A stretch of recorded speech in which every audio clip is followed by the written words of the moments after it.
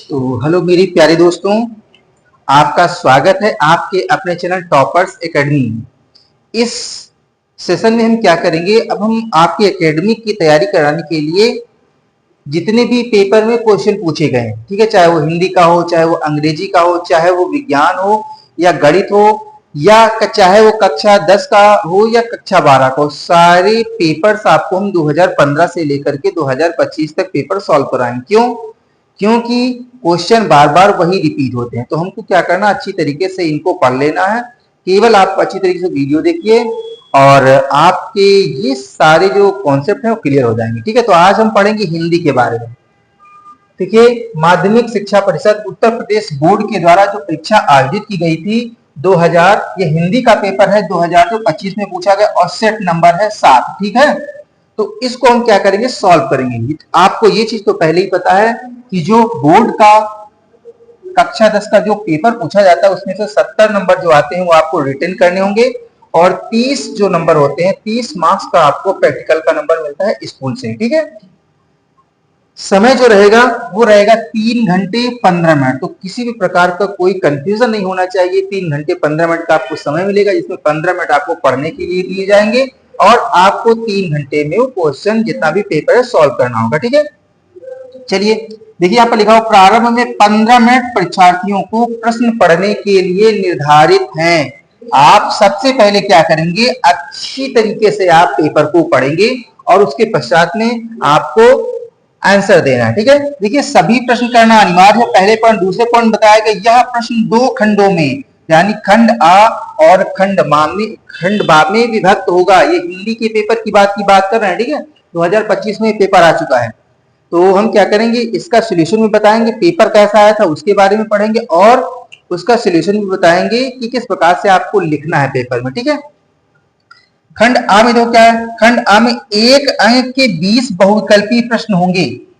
ठीक है, जिनके सही उत्तर, देखो लिखा हुआ, जिनके सही उत्तर OMR सीट पर उत्तर पत्रक पर नीले अथवा काले, याद रखना भैया कि नीले अथवा काला पेन ले जाना, वो भी जेल नहीं ले जाना, बॉल पॉइंट पेन ले जाना है और उसी से क्या करना है, आपको गोला काला करना है। और OMR सीट में पहले अच्छी तरीके से अपना रोल नंबर भर लेना है, जो भी चीजें उसमें पूछी गई है, मेंशन की गई, क्या क्या पूछा जाएगा अभी नीचे आपको बताएंगे। ठीक है, चलो हम पहले देख लेते हैं कि आखिर क्या क्या उसमें लिखना है, क्या क्या भरना, OMR सीट कैसी होगी। ठीक है, तो इसके बारे में सबसे पहले हम देख लेते हैं। चलो यही सबसे पहले हम देख लेते हैं कैसी होगी OMR सीट, है ना, जिससे कि आपको किसी प्रकार की कोई कंफ्यूजन ना रहे। चलिए ये देखिए OMR सीट। ठीक है, ऐसी होगी आपकी OMR सीट।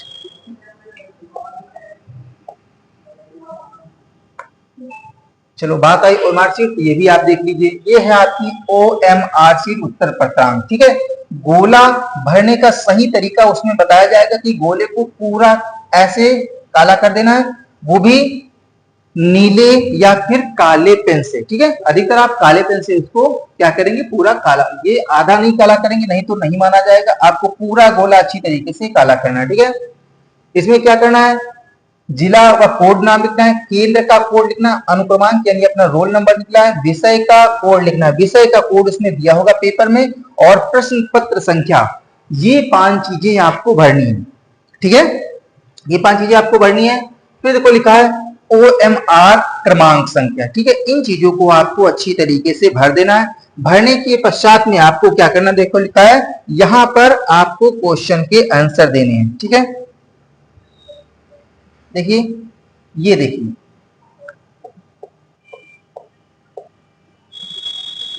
ऐसे होगा, प्रश्नोत्तर के चारों विकल्प में से जो सही हो उसे, उस गोले को क्या करना है, काला करना, पूरा उसको काला कर देना है। ठीक है, जैसे पता चला आपने पहला प्रश्न अपनी प्रश्न उसमें पढ़ा, जो प्रश्न पत्र है उसमें पढ़ा पहला और उसका सी सही है, तो सी को क्या करोगे, पूरा काला करोगे ब्लैक पेन से। ठीक है, ब्लैक से पूरा अच्छी तरीके से इसे काला कर देना। अगर दूसरे का बी सही है, बी को सही तरीके से आपको पूरा काला कर देना। इस प्रकार से 20 यहाँ पर आपके क्वेश्चन आएंगे, उनका आंसर यहाँ पर देना है। ठीक है, अब देखिए, तो ये जब हो जाएगा तो यहाँ पर परीक्षार्थियों के साइन होंगे। ठीक है, कक्ष निरीक्षक के साइन होंगे और केंद्र व्यवस्थापक की यहाँ पर मोहर होगी। ठीक है, तो यहाँ पर सीरीज जो आपका प्रश्न पत्र मिला हुआ है उसका पहला अक्षर और दूसरा अक्षर आपको लिख देना है, यहाँ पर भर देना है। इस प्रकार की आपकी ओएमआर जो सीट होगी वो पूरी कंप्लीट हो जाएगी। ठीक है, तो ओएमआर सीट आपने देख लिया, आपको कंफ्यूजन तो नहीं है। ओएमआर आपका उत्तर जो पत्रक होगा वो इस प्रकार से होगा, जो जितने भी सब्जेक्ट हैं आपके, उन सब्जेक्टों में 20 जो क्वेश्चन आएंगे वो एमसीक्यू टाइप आएंगे, उनको आपको सही तरीके से गोला भरना है। ठीक है, तो ये चीज समझ में आ गई होगी। अब हम क्या करेंगे आगे। ठीक है, अब हम देखेंगे हिंदी का क्वेश्चन कैसे आएगा, यानी क्वेश्चन किस प्रकार से आते हैं। ठीक है, चलो सॉल्व करते हैं, आगे बढ़ते हैं और देखते हैं।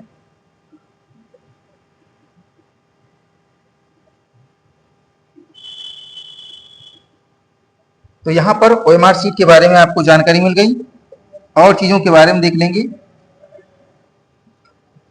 तो ये हो गया। फिर क्या लिखा है कि प्रत्येक प्रश्न के अंक उनके सम्मुख अंकित हैं, यानी कितने नंबर का प्रश्न पूछा गया है उसके सामने लिखा हुआ है। आप अच्छी तरीके से पढ़ सकते हैं, और जो आपको प्रश्न अच्छी तरीके से आ रहा उसको आपको लिखना है। तो ये इसके बारे में देखो दिया हुआ, खंड बा 50 अंक के वर्णात्मक प्रश्न है। ठीक है, खंड बा में क्या हो गया, उत्तर ये 20 नंबर का आएगा आपको ओएमआर सीट वाला। प्रथम प्रश्न से आरंभ कीजिए और अंतिम प्रश्न तक करते जाइए।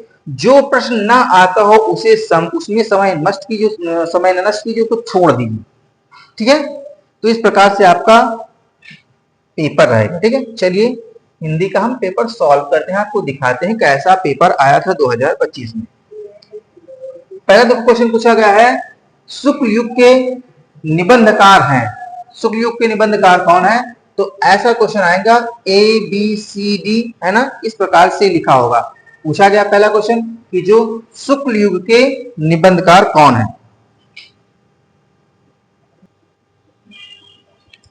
देखिए पहला प्रश्न पूछा गया है कि शुक्ल युग के निबंधकार हैं। कौन निबंधकार हैं? तो शुक्ल युग जो है उसको आपने पढ़ा होगा। तो शुक्ल युग के जो निबंधकार हैं उसमें हजारी प्रसाद द्विवेदी जी हैं, आचार्य रामचंद्र शुक्ल जी हैं, और जयशंकर प्रसाद जी हैं, है ना। तो इन तीनों का नाम तो यहाँ पर है नहीं, हजारी प्रसाद द्विवेदी जी का है, तो सही आंसर यही हो जाएगा, हजारी प्रसाद द्विवेदी। ठीक है, फिर पूछा गया है निर्मला उपन्यास के रचनाकार हैं। जो निर्मला उपन्यास है उसके जो रचनाकार हैं वो है मुंशी प्रेमचंद। ठीक है, कौन है? मुंशी प्रेमचंद। तो ए का सही हो जाएगा डी, और 2 का सही हो जाएगा ए। अपनी खबर रचना विधा है, ये कौन सी विधा है ना। तो विधाओं के बारे में मैंने बताया है वीडियो में, है ना, वो वीडियो आप देख सकते हो। तो अपनी खबर जो है वो एक है संस्मरण। क्या है? ये संस्मरण है। और संस्मरण क्या है इसके बारे में मैंने इससे पहले वाले वीडियो में चर्चा किया है। रामधारी सिंह दिनकर की रचना नहीं है, रचना कौन सी नहीं ये बताना है। रामधारी की सिंह की रचना कौन सी नहीं है? तो इसमें देखेंगे अर्धनारीश्वर, संस्कृत के 4 उपाध्याय, अजात शत्रु और रेती के फूल, है ना। इन चारों में से अजात शत्रु जो है ये रामधारी सिंह दिनकर की रचना नहीं है। ठीक है, 5वां क्वेश्चन पूछा गया गुनाहों का देवता का लेखक कौन है। गुनाहों का देवता, है ना, कई बार ये क्वेश्चन आया हुआ है, गुनाहों के देवता के लेखक कौन है। तो आपको पता है गुनाहों को जो देवता लिखा है वो लिखा है धर्मवीर भारती जी ने। ठीक है, तो ऑप्शन नंबर सही हो जाएगा इसका ए। ठीक है, अब 7 नंबर यानी 6 नंबर ये हो गया।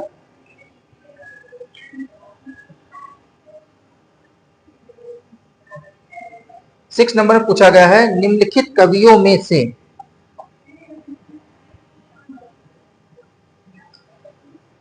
कवियों में से किस कवि को राष्ट्र कवि का सम्मान मिला हुआ है। राष्ट्र कवि किसे बोला गया है ना। तो राष्ट्र कवि सुमित्रानंद पंत जी को बोला गया, या यमतीशरण गुप्त को बोला गया, सूर्यकांत त्रिपाठी निराला जी को बोला गया, या फिर महादेवी वर्मा जी को बोला गया है। इस चीज को आपको बताना है किसको बोला गया है। तो इसको ऑप्शन नंबर सही हो जाएगा बी। ठीक है, मैथिली शरण गुप्त को बोला गया है राष्ट्र कवि की संज्ञा दी गई है। 7 नंबर को क्या पूछा गया? रामचंद्रिका के रचनाकार हैं। 7 नंबर पूछा गया है रामचंद्रिका किसने लिखा है। तो पदकार ने लिखा है, देव ने लिखा है, मतीराम ने लिखा है, या फिर केशव, किसने लिखा है? रामचंद्र का याद रखना, रामचंद्रिका लिखा है केशवदास ने, इसका ऑप्शन नंबर सही हो जाएगा डी, केशवदास ने लिखा है। घनानंद किस काल के कवि हैं? घनानंद किस काल के? आधुनिक काल के, रीति काल के, भक्ति काल के या फिर आदि काल के? कौन से काल के कवि हैं घनानंद? क्वेश्चन नंबर 8 में पूछा गया है, ठीक है। तो जो घनानंद है वो रीति काल के कवि माने जाते हैं। रीति काल में जो श्रृंगार काल है उसके कवि माने जाते हैं, है ना। घनानंद रीति काल की जो श्रृंगार रस के बहुत ही प्रसिद्ध कवि माने जाते हैं घनानंद। कौन से काल के हैं? तो रीति काल के हैं। छायावादी काव्य की प्रमुख विशेषता क्या है? प्रकृति का मानवीकरण किया गया, यहाँ पर यथार्थ चित्रण किया गया, अंग्रेजी शिक्षा का विरोध किया गया है या रूढ़ियों के प्रति विद्रोह किया गया है? क्वेश्चन नंबर 9 में पूछा गया है कि छायावादी जो कवि है उसमें क्या किया गया है। तो देखिए जो छायावादी कवि है उन्होंने अधिकतर प्रकृति का मानवीकरण किया है, प्रकृति को मानव से जोड़ दिया है और उसका मानवीकरण कर दिया है। क्वेश्चन नंबर 9 का सही है ए। 10 पूछा गया तार सप्तक के 7 कवियों को किसने राहों के अन्वेषी कहा है? बहुत इंपॉर्टेंट है तार सप्तक। तार सप्तक बार बार एग्जाम में आता है, तो किसको बताया गया है? जो तार सप्तक है 7 कवियों में किसने राहों के अन्वेषी कहा है? राहों के अन्वेषी किसे बोला गया? तो अज्ञे जी को बोला गया है राहों का अन्वेषी। ऑप्शन नंबर सही हो जाएगा सी। फिर पूछा गया करुण रस का स्थायी भाव, ये तो लगभग सभी बच्चों को आता होगा। करुण रस का स्थायी भाव आखिर क्या है?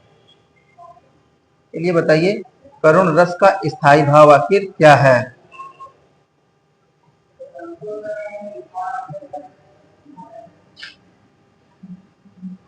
करुण रस का स्थायी भाव रति है, उत्साह है, भय है या फिर शोक है? क्या है?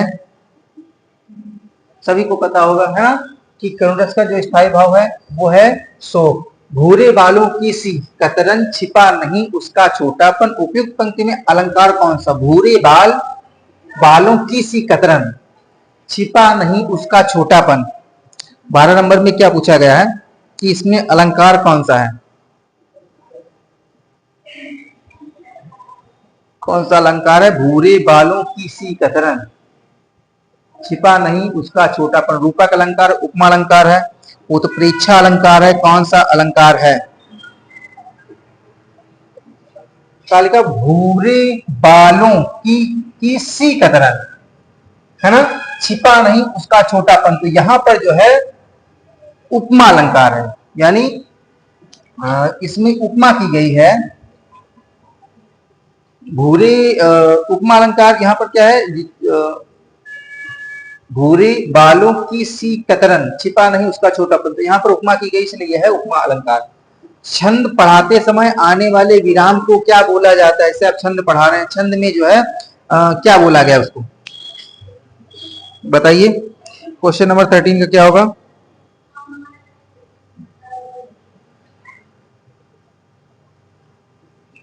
तो जो छंद पढ़ाते समय जो विराम चिन्ह आता है उसको यति बोला जाता है। क्या बोला जाता है? यति। तो इसका क्वेश्चन नंबर 13 का डी सही होगा, ठीक है। 13 का सही हो जाएगा डी। चलिए आगे बढ़ते हैं और देखते हैं क्वेश्चन नंबर 14। 14 में तो क्या पूछा गया? अभ्यास शब्द के किस उपसर्ग का प्रयोग किया गया? अभ्यास में उपसर्ग कौन सा? तो उपसर्ग और प्रत्यय आपने पढ़ा होगा, तो बताइए अभ्यास में कौन सा उपसर्ग है? आ है या अभी है या फिर अस है या फिर अब है या फिर ये कौन सा है इसमें? तो इसमें क्वेश्चन नंबर सही हो जाएगा बी, इसका है अभी, अभियास, ठीक है। तो यहां पर क्या है? अभ्यास में अभी शब्द उपसर्ग लगाओ। पंचतंत्र में कौन सा समास है? पंचतंत्र, पंचतंत्र में कौन सा समास है ना? तो इसमें कर्मधारय समास है या द्विगु समास है या अव्ययीभाव समास है या फिर द्वंद्व समास है? बताइए पंचतंत्र में कौन सा? तो पंच जो तंत्र है वो संख्यावाचक है और संख्यावाचक जो है वो है यहाँ पर द्विगु समास। ऑप्शन नंबर सही हो जाएगा इसका डी। 16 में पूछा गया दिनकर, दिवाकर, भास्कर किस शब्द के पर्याय हैं? इसको दिनकर बोला गया है, दिवाकर बोला गया है, भास्कर बोला गया है। ये किस शब्द के पर्यायवाची शब्द हैं? तो सूर्य के पर्यायवाची शब्द हैं। ऑप्शन नंबर सही हो जाएगा 16 का ए। युवाम शब्द में कौन सी विभक्ति एवं वचन है? युवाम शब्द बताइए कौन सा? युवाम, युवाम में कौन सी विभक्ति एवं वचन का प्रयोग किया गया है? तो ऑप्शन नंबर सही हो जाएगा इसका सी, द्वितीय विभक्ति है और बहुवचन का प्रयोग किया गया युवाम में। ठीक है, तो अब 18 नंबर देख लेंगे। 18 में क्या पूछा गया है?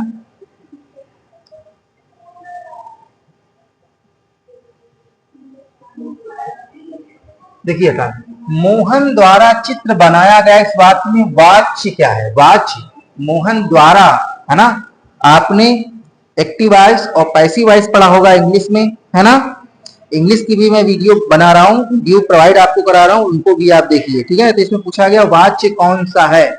मोहन द्वारा चित्र बनाया गया है, इसमें वाच्य कौन सा है ना। कर्मवाच्य, कर्तवाच्य या फिर भाववाच्य, इनमें से कौन सा है? तो यहाँ पर देखिए बताया गया है, मेन बताया गया चित्र के बारे में बताया गया, तो यहाँ पर है कर्मवाच्य,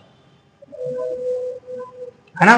जो कर्म है, कर्म आपका मेन है, बनाया मोहन द्वारा बनाया गया। जहां पर देखो ये आता है पैसिव वॉइस में आता है, पैसिव वॉइस में यहाँ द्वारा लग गया, तो इसीलिए सब्जेक्ट को महत्ता नहीं दी जाएगी, कर्म को महत्ता दी जाएगी।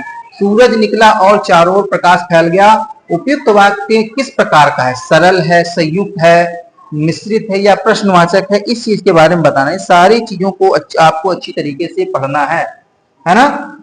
तो देखिए वहां मैंने बताया था जहां पर जो है एक कंजक्शन लग जाता है ना, यानी और लग जाता है। इन चीजों के बारे में अगर ये लग जाता है तो वहां पर कंजक्शन होता है और इसे मिश्रित वाक्य बोलते हैं।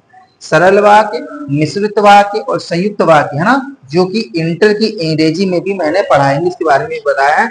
उसमें मैंने बताया था किस प्रकार से हम सिंथेसिस को पढ़ते हैं, सिंथेसिस में कंपाउंड कॉम्प्लेक्स को हमने पढ़ाया है। तो इंग्लिश में भी, हिंदी में भी यही है कि यहाँ पर ये कौन सा है? तो ये है मिश्रित। 20 में पूछा गया कौन सा शब्द सर्वनाम है? यहाँ बताइए, मोहन है, तुम है, बगीचा है, सच्चा। तो सर्वनाम तो आपको पता ही होगा, सर्वनाम है तुम।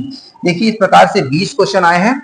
20 क्वेश्चनों को क्या करेंगे आप? OMR शीट पर भर देंगे और आपके 20 के 20 क्वेश्चन सही हो जाएंगे। हम इसी प्रकार से क्या करेंगे, जितने भी 2015 से लेकर के हिंदी में पेपर आए, हिंदी पेपरों को हम सॉल्व करेंगे। आप लोग केवल सुनिए और सुन करके आपका हिंदी टॉपिक ही आपका कंप्लीट हो जाएगा, क्योंकि यहाँ पर हम पूरा पेपर आपका सॉल्व कराएंगे। तो 20 क्वेश्चन हो गए और इनको करना है आपको MR शीट पर करना है और गोले को पूरी तरीके से भरना है, पूरा गोला भरना है। ठीक है, अब आ जाएंगे हम खंड बा में। ठीक है, चलिए खंड बा देखते हैं। खंड बा किस प्रकार से खंड बा में क्वेश्चन आएंगे उसके बारे में हम देखेंगे। यहां पर क्या होगा, निम्नलिखित गद्यांश पर आधारित दिए गए प्रश्नों के उत्तर दीजिए। ठीक है, इसमें 2 प्रश्न होंगे, 3-3 नंबर के 2 प्रश्न होंगे, टोटल आपको 6 नंबर मिलेंगे। ठीक है, तो 3 क्वेश्चन होंगे 2-2 नंबर के, है ना।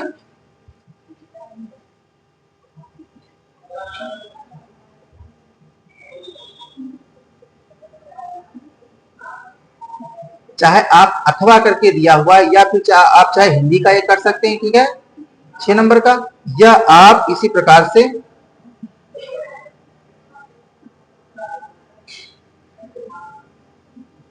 इधर ये वाला कर सकते हैं। ठीक है, ये दोनों में से एक कर सकते हैं, चाहे ये कर लीजिए और चाहे वो कर लीजिए। ठीक है, और दोनों में से आपको मिलेंगे 6 नंबर।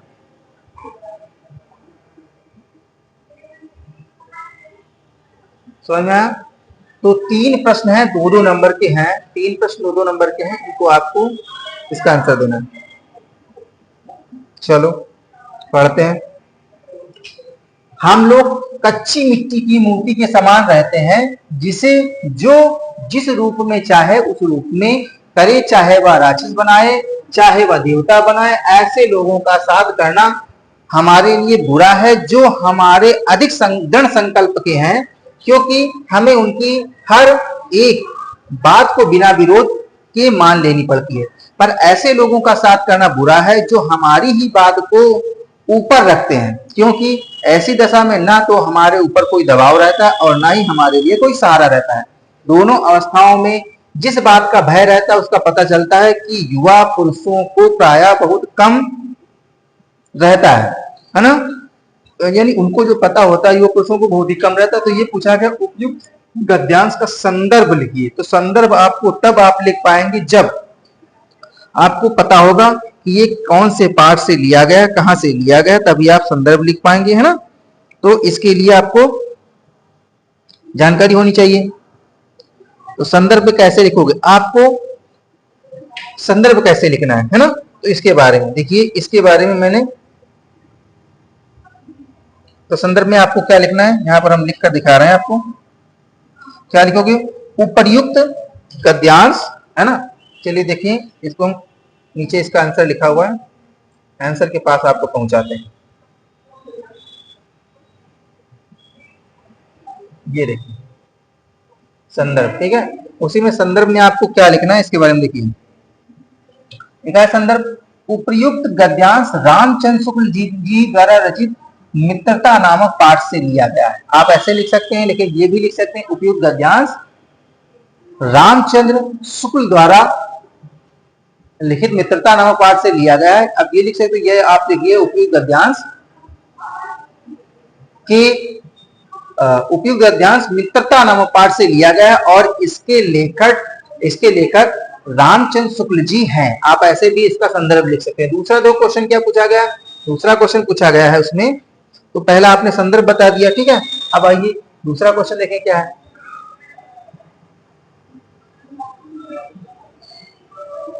दूसरा क्वेश्चन पूछा गया, किन लोगों का संगत करना हमारे लिए बुरा है ना।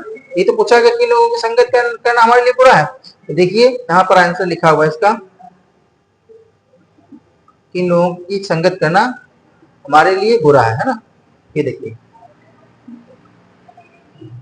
जो लोग हमसे अधिक दृढ़ संकल्प हैं, यानी कभी अपने आप को बदलना ही नहीं चाहते हैं, जो बात वो कह देते हैं अगर उसी बात पर अडिग रहते हैं, जो लोग हमसे अधिक दृढ़ संकल्प के हैं, ऐसे लोगों का साथ करना हमारे लिए बुरा है ना। क्योंकि वो अपने ही बातें केवल आप पर थोपते रहते हैं। तो यहाँ पर ये हो जाएगा आंसर। देखो पहले का आपने ऐसे लिख दिया, दूसरे का आंसर, तीसरा देखो व्याख्या कैसे करोगे, बताया गया है उसमें उपयुक्त जो लाइनें हैं उनकी व्याख्या करनी है, उनकी व्याख्या करनी जो उपयुक्त जो लाइनें हैं। अब देख लेंगे कौन सी लाइनें हैं, तब हम पढ़ेंगे इसका अर्थ हम समझ लेंगे। सबसे पहले अर्थ देख लो क्या है। जिस प्रकार कच्ची मिट्टी को किसी भी आकार में ढाला जा सकता है, बताया गया जिस प्रकार, पहले व्याख्या करेंगे, जिस प्रकार कच्ची मिट्टी को किसी भी आकार में ढाला जा सकता है, उसी प्रकार मनुष्य का स्वभाव भी परिस्थितियों और संगत के अनुसार बदलता रहता है। मनुष्य पर बाहरी प्रभाव अधिक होता है, वह उस प्रभाव में अच्छा या बुरा दोनों बन सकता है, या उसके वातावरण और किन लोगों के साथ में बैठना इस बात पर निर्भर करता है बेटा, ठीक है। तो ये देखो मैंने बता दिया इसको, और इसको अच्छी तरीके से हम लोगों ने पढ़ लिया, ठीक है। अब संदर्भ तो हो गया। अब देखिए ये तो हो गया पहला वाला, ठीक है। अगर आप पहला नहीं कर रहे हैं, दूसरा कर रहे हैं, तो दूसरे का कैसे करेंगे, मतलब दूसरा वाला क्या है, चलो देख लेते हैं।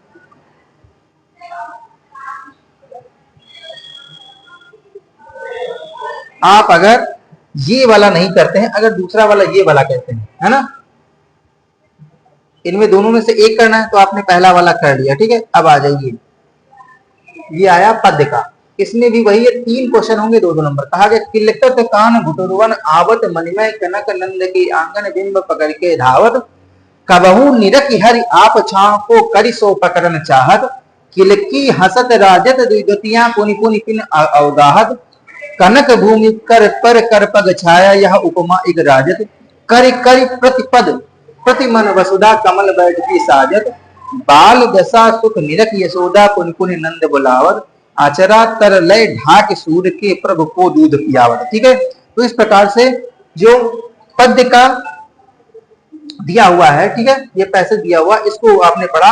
अब इसे सबसे पहले लिखना है आपको संदर्भ, है ना। तो संदर्भ लिखना, फिर रेखांकित जो अंश है यहां से लेकर के यहां तक 2 लाइनों की रेखांकित अंश की विशेषता और किलकत कान घुटुरवन आवत पंक्ति में प्रयुक्त अलंकार के बारे में बताना है, ठीक है। तो चलो इसके बारे में भी हम लोग पढ़ लेते हैं। देखिए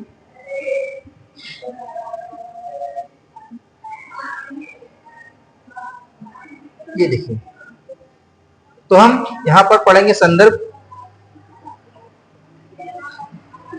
देखिए, प्रस्तुत पद्यांश हमारी पाठ्य पुस्तक हिंदी के काव्य खंड में संकलित पद शीर्षक कविता से उद्धृत है, जो कि सूर सागर नामक ग्रंथ से लिया गया है, जिसके रचयिता कौन है? सूरदास जी हैं। ठीक है, तो ऐसे आपको लिख देना है बेटा संदर्भ। संदर्भ ऐसे लिख दिया। रेखांकित अंश की व्याख्या कैसे लिखना है, देखो उसमें जो जहां रेखांकित है उसको लिखना। श्री कृष्ण के सौंदर्य एवं बाल लीलाओं का वर्णन सूरदास जी करते हैं और कहते हैं कि बालक कृष्ण अब अपने घुटनों के बल चलने लगे हैं। राजा नंद का जो आंगन है वो सोने का बना है, सोने के समान है, और उसमें मणियां लगी हुई हैं। उस आंगन में बाल कृष्ण घुटनों के बल चलते हैं तो किलकारी भी मारते हैं और कभी कभी अपने प्रतिबिंब को पकड़ने के लिए दौड़ते हैं। यह जो कृत्य है, यह जो कार्य है, यह तो ये बहुत ही अच्छा लगता है ना। तो ये देखो हो गया। जब वो किलकी मारकर हंसते हैं तो उनके मुख में 2 दांत शोभा देते हैं, यानी वे बहुत सुंदर लगते हैं। उन दांतों के प्रतिबिंब को वो बार बार क्या करते हैं? पकड़ने का प्रयास करते हैं। ठीक है, फिर पूछा गया किलकत कान घुटरून आवत पंख में अनुप्रास अलंकार। अनुप्रास अलंकार क्योंकि का की बार बार आवृत्ति हो रही है, तो यह है अनुप्रास अलंकार। ठीक है, अब दूसरा वाला देखो, इसमें पूछा गया है संस्कृत वाले पाठ में, देखो क्या पूछा गया है, इसके बारे में देख लेंगे। तो ये दोनों आपके पैसेज हो गए, पैसेज तो मैंने पढ़ लिया। अब संस्कृत वाला देख लीजिए क्या पूछा गया है। यहाँ पर आ गए और यहाँ पर हम पढ़ लिए संस्कृत, है ना। ये वाला, इयम नगरी विविध धर्मायाम, इयम नगरी विविध धर्माणम संगम स्थली महात्मा बुद्धा तीर्थंकर परसनाथा शंकराचार्य कबीरा गोस्वामी तुलसीदासा अन्य चा भावे महात्मने अत्रागत्य स्वयान विचारान प्रसारयान न केवलम दर्शने साहित्य धर्मे अपितु कला क्षेत्रे इयम नगरी विविध नाम कला नाम शिल्प नाम प्रत्यय लोके विस्तृता। तो ये पैसेज है संस्कृत का और इसको हम सॉल्व करेंगे। देखिए संस्कृत का जो यहाँ पर देखिए पूछा गया है, क्वेश्चन पूछे गए हैं, उन प्रश्नों को क्या करेंगे? हम सॉल्व करेंगे। ठीक है, या फिर अथवा ये वाले आप कर सकते हैं। चलिए इसको हम क्या करेंगे? ट्रांसलेट करते हैं, देखते हैं क्या क्या उसमें।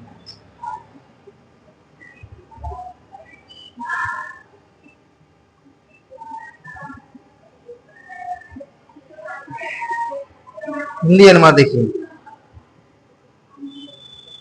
कहा गया यह नगरी विविध धर्मों के मिलान का स्थान रही है। महात्मा बुद्ध, तीर्थंकर परशुनाथ जी, शंकराचार्य जी, कबीर, तुलसीदास जी और बहुत से महात्मा यहाँ आकर अपने विचारों को फैलाया है, अर्थात अपने विचारों का प्रयास किया है।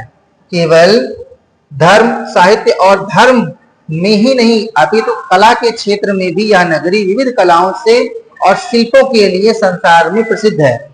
यहाँ की रोशनी साड़ियां, ये रेशमी जो साड़ियां हैं, देश विदेश में सभी जगह पसंद की जाती हैं। ठीक है, तो ये हो गया।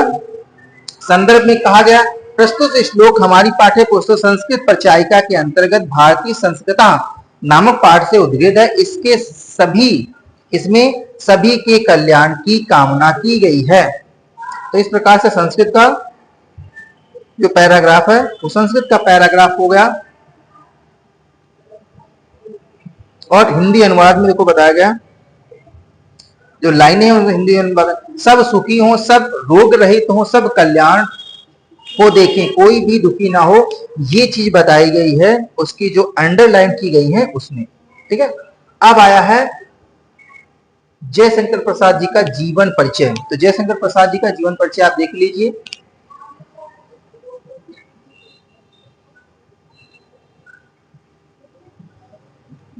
हिंदी के छायावादी काव्य खंड के ब्रह्म कहलाने वाले जयशंकर प्रसाद जी का जन्म वाराणसी में 30 जनवरी 1889 ईस्वी को हुआ था। इनके पिता का नाम बाबू देवी प्रसाद था। इनकी प्रारंभिक जो शिक्षा दीक्षा बनारस में हुई थी। इन्होंने हिंदी के साथ साथ संस्कृत का भी ज्ञान प्राप्त किया। ठीक है, घरेलू वातावरण के प्रभाव से बाल्यकाल से ही आयु में कलाधर उपनाम से से ही इसमें रुचि साहित्य में थी इनकी। ऐसा माना जाता है कि इन्होंने 9 वर्ष की अवस्था में कलाधर उपनाम से ब्रज भाषा में एक सवैया लिखकर इन्होंने अपने गुरु रसमय सिद्ध को दिखाया। जयशंकर प्रसाद जी की पहली कविता सावन पंचक 1906 ईस्वी में आई और भारतीय पत्रिका के में कलाधर उपनाम से प्रकाशित हुई। तो सबसे पहले इनको कलाधर नाम के से प्रकाशित किया गया था। प्रसाद जी का विवाह जो हुआ था 1909 ईस्वी में हो गया था और विंध्यवासिनी देवी से हुआ था, जो कि बाद में क्षय रोग से पीड़ित होकर के चल बसी थी। इनका तीसरा विवाह जो हुआ था 1919 ईस्वी में कमला देवी से हुआ था, जिससे इन्हें एक पुत्र की प्राप्त हुई। पुत्र का नाम विष्णु रत्न शंकर रखा था। अपने जीवन के अंतिम समय में प्रसाद जी भी क्षय रोग से पीड़ित थे और अंततः 15 नवंबर 1937 को 47 वर्ष की अवस्था में इनका देहावसान हो गया था। ठीक है, तो इस प्रकार से इनका जीवन परिचय हो गया। इनकी रचनाएं उर्वशी, वन मिलान, प्रेम रास, प्रेम पथिक, चित्रधर, झरना, आंसू लहर, कामायनी। ठीक है, ये है। और क्वेश्चन जो वहां पर दिए हुए हैं उसमें क्वेश्चन पूछा गया है, उन क्वेश्चनों का आंसर यहाँ पर देखो लिखा हुआ है।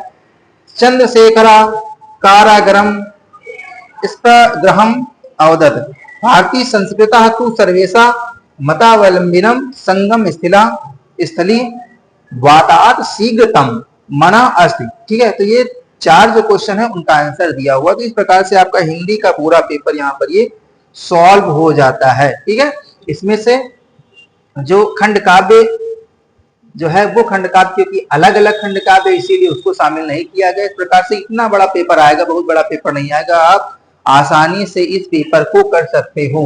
ठीक है, तो अगर आपको वीडियो अच्छा लगा हो तो आप वीडियो को लाइक कीजिए और अपने दोस्तों में शेयर कीजिए, जिससे कि सभी तक ये वीडियो पहुंच सके।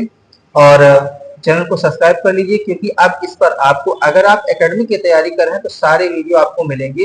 इंग्लिश का वीडियो मिलेगा, बायो का वीडियो मिलेगा, यानी कि आप हाई स्कूल में हो या इंटर हो, आपको इस बोर्ड की तैयारी इसी से कराई जाएगी। ठीक है, तो मिलते हैं नेक्स्ट वीडियो में। तब तक के लिए अपना ख्याल रखिए और पढ़ते रहिए।